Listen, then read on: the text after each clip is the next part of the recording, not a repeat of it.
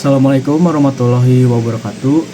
Perkenalkan, nama saya Petraniko Royhanus Dewanto dengan NIM 23500 41033. Saya seorang mahasiswa Universitas Jenderal Ahmad Yani, jurusan Teknik Mesin angkatan 2023. Nah, pada kesempatan kali ini saya akan menjelaskan tugas presentasi dari praktikum getaran mekanik. Baik, yang pertama itu ada alat peraga getaran bebas. Alat peraga getaran bebas atau linear adalah alat peraga untuk mempresentasikan secara fisik getaran yang terjadi pada balok, pegas, dan redaman. Nah, alat ini itu dibuat untuk mendemonstrasikan konsep getaran suatu sistem. Lanjut, ada alat dan bahan pada getaran bebas. Yang pertama itu ada timbangan, yang dimana timbangan itu fungsinya untuk menimbang massa yang akan kita gunakan pada alat peraga nantinya. Lalu yang kedua ada tachometer. Tachometer ini fungsinya untuk mengukur kecepatan putaran mesin atau RPM. Lalu yang ketiga ada vibrometer. Vibrometer ini jadi alat untuk mendeteksi getaran pada mesin, struktur, atau objek lainnya. Lalu selanjutnya ada motor unbalance. Lalu ada dimmer. Dimmer ini fungsinya untuk mengontrol kecepatan putaran motor atau intensitas cahaya. Lalu ada pegas. Lalu selanjutnya itu ada peredam. Lalu ada berat atau beban atau pemberat. Di sini ada M1, M2, dan M3. Lalu yang terakhir itu ada penggaris. Nah, untuk selanjutnya itu ada tahapan pencarian data getaran bebas tak teredam. Jadi yang pertama-tama itu kita siapkan dulu alat dan bahan yang tadi sudah saya munculkan, yaitu mulai dari penggaris dan yang lainnya. Lalu yang kedua itu kita ukur massa M1, M2, dan M3 menggunakan timbangan gantung. Lalu kita catat hasilnya. Lalu yang ketiga itu kita pasang si pegasnya. Lalu setelah pegas terpasang, kita ukur panjang awal pegas dan ukur panjang pegas setelah diberi massa M1, M2, dan M3. Jadi setelah kita pasang pegasnya, kita beri beban M1, kita ukur itu bedanya berapa, kita catat hasilnya. Begitupun juga dengan M2 dan M3. Kita ukur sebelum diberi beban dan kita ukur setelah diberi beban. Lalu yang kelima, pasang vibrometer pada permukaan massa dan sambungkan dengan laptop atau komputer. Yang keenam, uji massa pertama dengan simpangan 20 mm. Lalu yang kedua itu ada simpangan 30 mm. Lalu yang ketiga ada simpangan 40 mm. Jadi setiap percobaan baik di massa 1, 2 maupun 3 itu kita beri simpangan 20 mm, 30 mm, dan 40 mm. Lalu setelah kita lakukan percobaan, kita perhatikan nilai frekuensi yang muncul pada vibrometer atau laptop. Lalu kita catat hasilnya. Setelah kita catat, kita cari nilai kekakuan pegas dari si frekuensi tersebut. Jadi untuk mencari kekakuan pegasnya, kita itu menggunakan rumus F sama dengan F sama dengan M kali G. Lalu ada delta X sama dengan XB dikurangin XA. XB itu adalah panjang pegas setelah diberi beban, dan XA itu panjang pegas sebelum diberi beban. Jadi panjang pegas setelah diberi beban dikurangi panjang pegas sebelum diberi beban. Lalu yang selanjutnya itu ada K sama dengan F dibagi delta X. Nah, jadi di sini setelah saya lakukan percobaan dan perhitungan, ini yang hasil yang saya dapatkan. Dimana di percobaan pertama itu menggunakan simpangan 20 mm dengan massa 0,705 kg. Saya mendapatkan frekuensinya itu di 1441. Lalu di percobaan keempat saya menggunakan simpangan 30 mm dengan massa 0,705 kg. Itu hasil frekuensi rata-ratanya itu ada di 507,9. Nah, untuk bebannya itu ada di 345,8. Begitu juga pada percobaan ketujuh menggunakan simpangan 40 mm dengan massa 0,705 kg. Saya mendapatkan frekuensinya itu 1181 dengan beban 345,8. Nah, untuk selanjutnya ini tahapan pencarian data getaran bebas teredam. Ini hampir sama dengan getaran bebas tak teredam, cuman kita berikan peredam pada alat peraga dan di masanya. Jadi yang pertama itu siapkan alat dan bahan, lalu ukur massa M1, M2, dan M3 menggunakan timbangan seperti yang tadi. Jika sudah diukur bisa langsung saja pasang pegas, lalu kita pasang peredamnya juga. Lalu yang kelima, kita ukur kembali panjang awal pegas dan panjang pegas setelah diberi beban atau diberi massa. Setelah itu pasang vibrometer pada permukaan massa dan sambungkan dengan laptop atau komputer. Lalu kita uji kembali massa pertama dengan simpangan 20 mm, simpangan 2 dengan 30 mm, simpangan 3 dengan 40 mm. Begitu juga dengan massa 2 dan 3 menggunakan simpangan 1, 2, dan 3. Setelah itu, perhatikan nilai frekuensi yang muncul pada vibrometer atau laptop. Setelah kita ketahui nilai frekuensinya, kita catat hasil percobaannya. Lalu kita cari kembali nilai kekakuan pegasnya dengan menggunakan rumus yang tadi ya, sama F sama dengan M kali G, lalu delta X sama dengan XB dikurangin XA, lalu K sama dengan F dibagi delta X. Ini hasil percobaan yang saya dapatkan untuk massa, simpangan, dan kekakuan pegasnya itu sama dengan yang tak teredam, tapi hasil rata-rata frekuensinya itu berbeda. Jadi bisa kita simpulkan bahwa hasil dari getaran bebas teredam itu mendapatkan frekuensi yang lebih tinggi. Di sini saya menggunakan simpangan 20 mm dengan massa 0,705 kg, mendapatkan frekuensi rata-ratanya itu di 1951. Nah, lalu selanjutnya itu ada alat peraga getaran paksa. Alat peraga getaran paksa adalah alat untuk mempresentasikan amplitudo pada kondisi getaran paksa atau force vibration atau unbalance. Jadi alat ini dibuat itu untuk mendemonstrasikan fenomena getaran akibat gaya berkelanjutan. Lalu alat dan bahannya kita bisa lihat di sini. Pertama itu ada pegas batang atau leaf spring. Lalu yang kedua ada pegas coil. Yang ketiga ada piringan unbalance. Yang keempat ada peredam. Lalu yang kelima ada micrometer. Lalu yang keenam ada tachometer atau kita sebut saja kontrol motor. Lalu yang terakhir ini ada beban atau pemberat.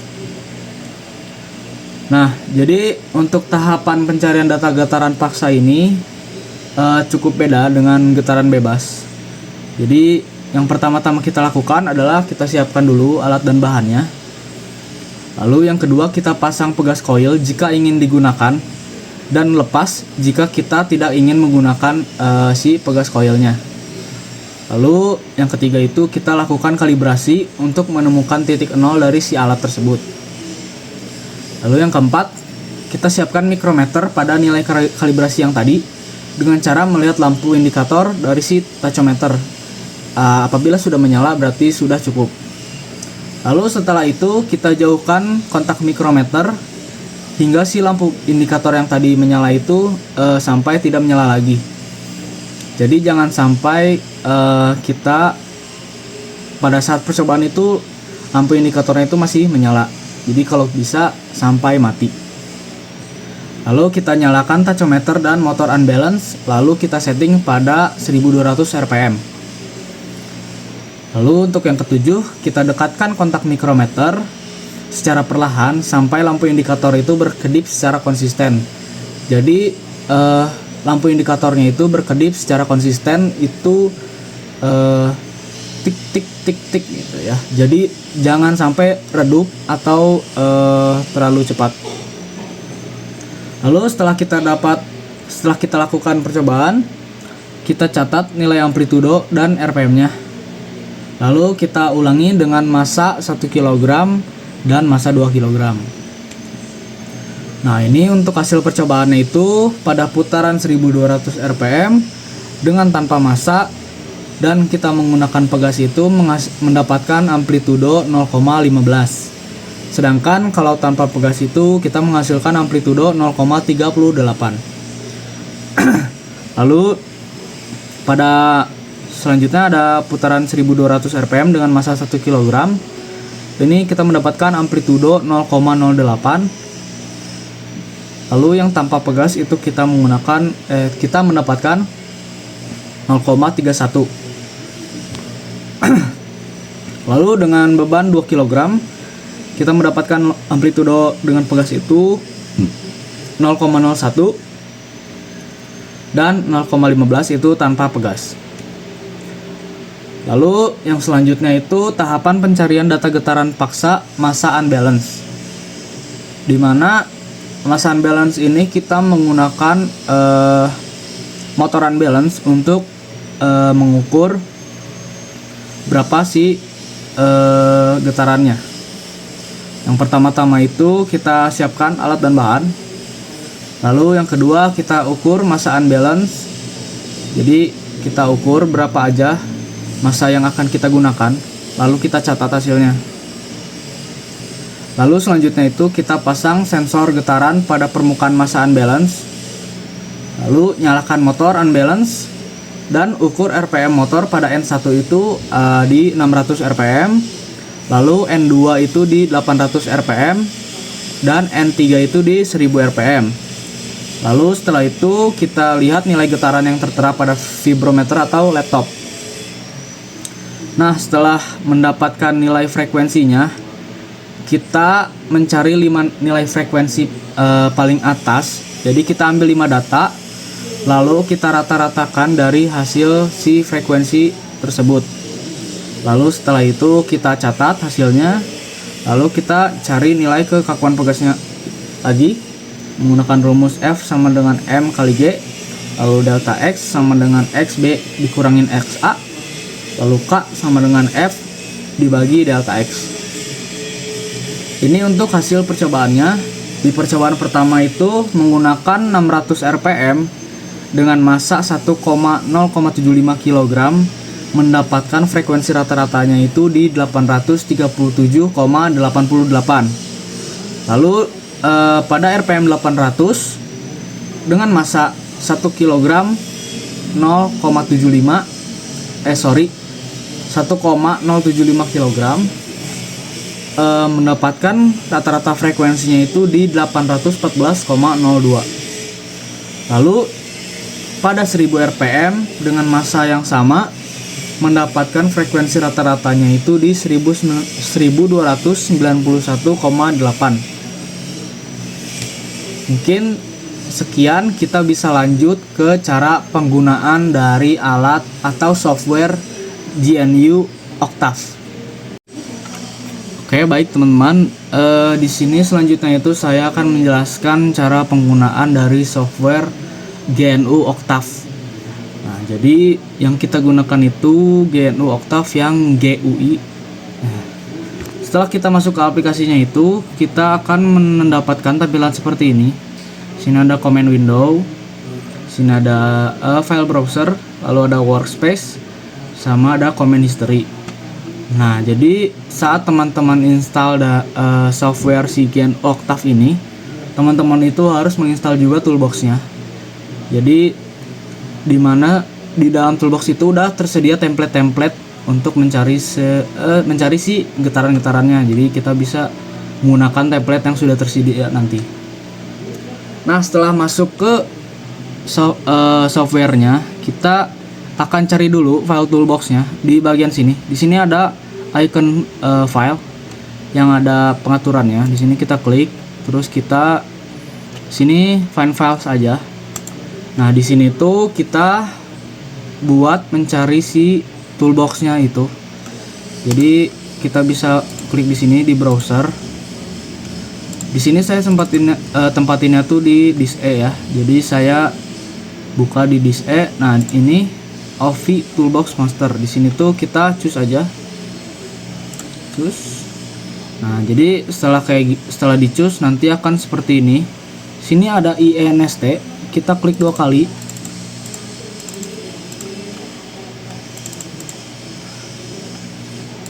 Kita find dulu ya.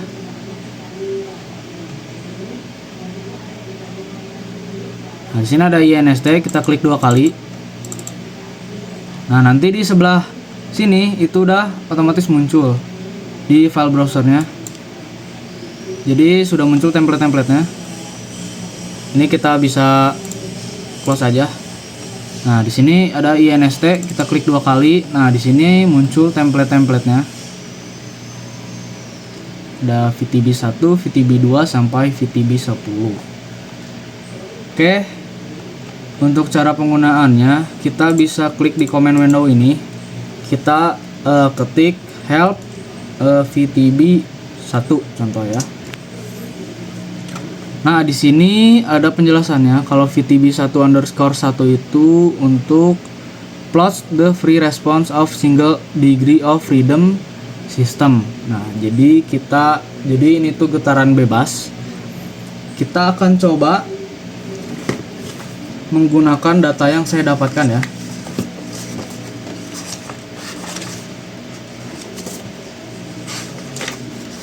Oke, setelah ini kita ketik lagi di command window VTB 1_1. Helpnya jangan lupa ya, help VTB 1_1. Klik.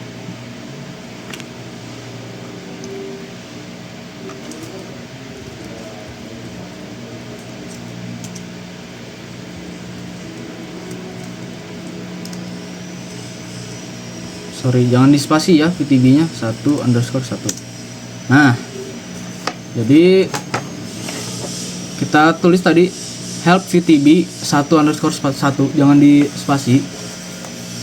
Jadi akan muncul di VTB 1_1 ini. Itu kita membutuhkan M, yang dimana M itu massa, lalu C itu redaman atau peredam, lalu K itu kekakuan pegasnya, lalu X itu simpangannya. Nah, untuk V dan TF ini kita diamkan saja. Nah, di sini ada ini ya, kita bisa copy aja, copy, lalu kita paste di command window-nya di sini. Nah, yang pertama itu kan ada massa. Di sini saya akan menggunakan massanya itu 0,705. Lalu redamannya saya bikin 0 aja. Jadi sini tak teredam ya. Lalu ada K, itu kekakuan pegasnya, Sini saya buat 345,8. Lalu simpangannya saya buat di 20. Nah, untuk V0 dan TF nya kita biarkan saja. Kalau sudah, kita enter. Nah, maka akan muncul si grafiknya. Nah, jadi kira-kira seperti ini ya untuk hasil dari grafik yang dari data yang saya dapatkan. Nah, semisal saya mau ngasih redaman, kita copy lagi aja, bisa. Kita paste lagi. Sini di bagian C nya kita kasih 1 aja. Kita coba ya, yang berarti ini teredam teman-teman. Kita enter. Nah, maka hasil grafiknya itu akan seperti ini. Dia akan teredam ya. Oke, mungkin cukup sekian presentasi dari saya. Mohon maaf kalau masih ada kurang dan salah-salah kata. Terima kasih. Assalamualaikum warahmatullahi wabarakatuh.